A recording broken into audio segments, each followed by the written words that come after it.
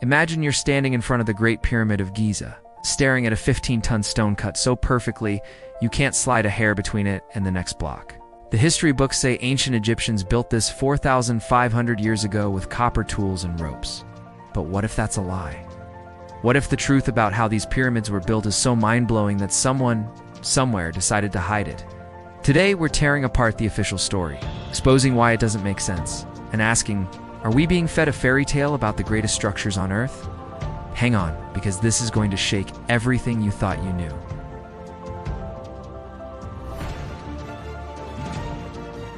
The pyramids of Giza are insane. The Great Pyramid, built for Pharaoh Khufu, is 138 meters tall, made of 2.3 million stone blocks, each averaging 2.5 tons.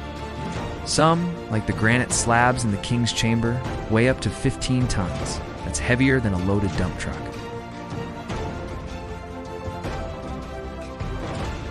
The base level is within 2 centimeters across 230 meters.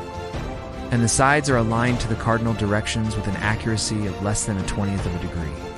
That's not just impressive, it's borderline impossible with the tools we're told they used. We're taught that the ancient Egyptians pulled this off with wooden sleds, papyrus ropes, and copper chisels. They supposedly dragged millions of stones across the desert, stacked them with surgical precision, and finished the whole thing in 20 years. But when you dig into the details, the story starts to crumble. The weight of the stones, the precision of the cuts, the lack of records. It's like we're being sold a puzzle with half the pieces missing. Let's break down why this doesn't add up. Here's what the experts want you to believe. Egyptians built the pyramids as tombs for their pharaohs, using ramps, sleds, and a huge workforce. They quarried limestone at Giza, floated granite 800 kilometers down the Nile from Aswan, and hauled it all into place with nothing but muscle and grit. Sounds epic, right? But the more you look, the more it feels like a cover-up. First, the logistics. The Great Pyramid has 2.3 million stones, totaling 5.5 million tons. The heaviest ones, like the 15-ton granite blocks in the King's Chamber, were shipped 800 kilometers from Aswan. Picture this. You're loading a 15-ton rock onto a wooden boat.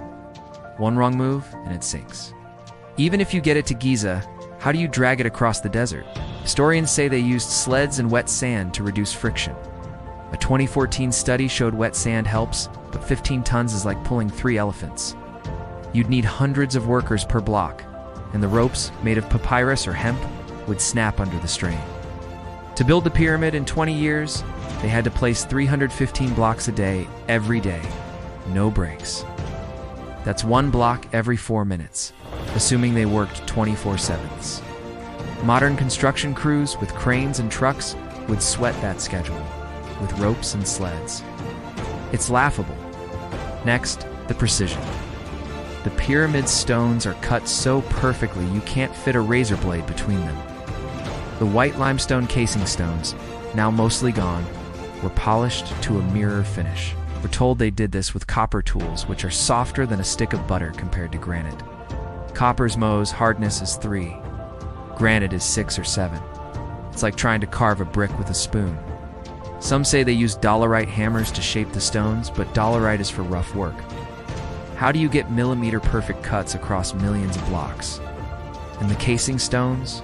Polishing limestone to a shine takes modern machines hours per block. The Egyptians supposedly did this for thousands of blocks by hand in a tight 20-year window. The math doesn't add up. Either they had tools we don't know about, or someone's lying about how this was done. And the casing stones? Polishing limestone to a shine takes modern machines hours per block. The Egyptians supposedly did this for thousands of blocks by hand in a tight 20-year window. The math doesn't add up. Either they had tools we don't know about, or someone's lying about how this was done. Here's the smoking gun. The Egyptians loved writing things down. They recorded taxes, harvests, even how much beer they drank. But for the greatest engineering project ever, nothing. No blueprints, no step-by-step guide, no pyramid building for dummies. We have one papyrus mirror's diary, mentioning stone shipments to Giza. But it's like finding a grocery list for a skyscraper. Compare that to medieval cathedrals, where we have detailed plans from 3,000 years later. Why the silence? It's like the Egyptians or someone else wanted to keep this a secret. So, we've got stones too heavy to move, cuts too precise for copper tools, and a bizarre lack of records. This isn't just a few plot holes, it's a story that doesn't make sense. The official narrative feels like a lie, or at least a half-truth. Let's dive into the evidence that suggests we're being misled, and explore what might really be going on. The Giza pyramids are aligned with Orion's belt, a constellation tied to Egyptian mythology with spooky accuracy. The three pyramids match the star's layout, and the Great Pyramid's air shafts point to Orion and Sirius. Historians say the Egyptians used stars for navigation and religion, but this level of precision, lining a 230-meter base to within a 20th of a degree, requires advanced math and tools. With just ropes and star-sighting sticks, come on. It's like they had a cosmic GPS we're not being told about. Then there's the Sphinx. Some geologists, like Robert Schoch, argue its enclosure shows water erosion from heavy rainfall, which hasn't happened in Egypt since 7000 BCE, way before the pyramid's supposed construction around 2600 BCE. If the Sphinx is that old, the pyramids might be too. Why would historians stick to a timeline that doesn't match the physical evidence? The biggest lie might be the purpose. We're told the pyramids were tombs, but the Great Pyramid's sarcophagus was empty when opened in the 9th century. No mummy or treasure, just some graffiti mentioning Khufu. Other pyramids had mummies, but why is the biggest one empty? Some theorists say the pyramids were power plants, using their shape and chambers to harness energy, or observatories for ancient astronomers. A 2017 Moine scan found a massive void above the Grand Gallery, 30 meters long. What's it for? Why won't mainstream archaeologists talk about it? The tomb story feels shaky when you consider the lack of bodies and the pyramid's insane engineering. Why build a 5.5 million-ton tomb with star-aligned shafts and hidden chambers? So, why the cover-up? Maybe it's not about aliens or lost civilizations. Maybe the truth is simpler. The Egyptians had techniques or knowledge we can't replicate, and admitting that would rewrite history. Or maybe powerful institutions, governments, academics don't want us questioning the narrative.